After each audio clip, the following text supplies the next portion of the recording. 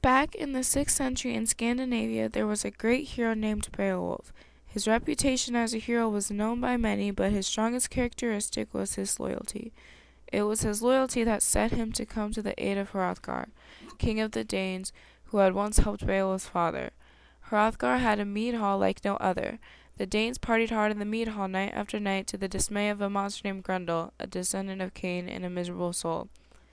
Grendel hated listening to the partying and fun that he couldn't join in, so he terrorized the mead hall and ate up the Danes. King Hrothgar was the only one safe due to his throne being protected by God. The terrorizing went on for 12 years until Beowulf came to the rescue. Beowulf went to the king and said he'd rid them of Grendel to repay Hrothgar's generosity for his father. It would also help propel his favorable reputation into an even greater fame if he could succeed in killing the monster. He didn't prepare to battle Grendel with a sword, for Grendel wasn't schooled in human warfare and used no weapons, and swords weren't going to be effective against Grendel anyway. Beowulf would fight him with his bare hands.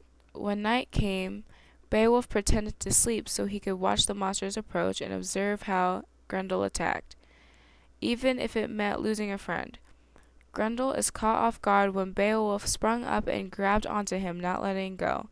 It was quite a brawl.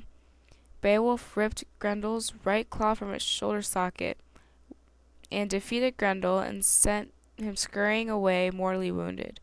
Beowulf presented Grendel's arm to Hrothgar as a trophy and hangs it in the mead hall. Grendel's mother was furious, not only for her son's life, but because her son's arm was being hung for all to see. She vowed to have revenge and attacked the next night and gobbled up one of Hrothgar's best men. Beowulf wouldn't let them be terrorized again, so he tracked Grendel's mother to a lake where she dwelled within a cave in the lake. He dove in and swam nearly a day before he got to the bottom. In the instant he neared the floor, Grendel's mom grabbed him up. Beowulf wields hunting, but it does no good. He begins fighting her with bare hands, but it does no good. She nearly defeats him until he sees a magic sword in her lair and uses it against her. He sliced her neck and she falls dead to the floor. He then sees Grendel's corpse and cuts his head clean off as a final payback for all he's done over the years. Everyone celebrates once Beowulf returns.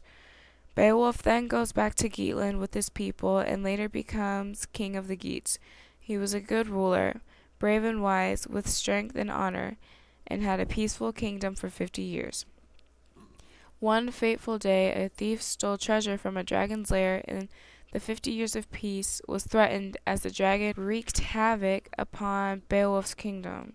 Even though he was old, Beowulf was still honorable and brave, so he set off with 11 of his closest Geats to fight the dragon. It was a fierce battle, and when Beowulf looked as though he may be defeated, none of the men that pledged loyalty came to his aid, except for Wiglaf.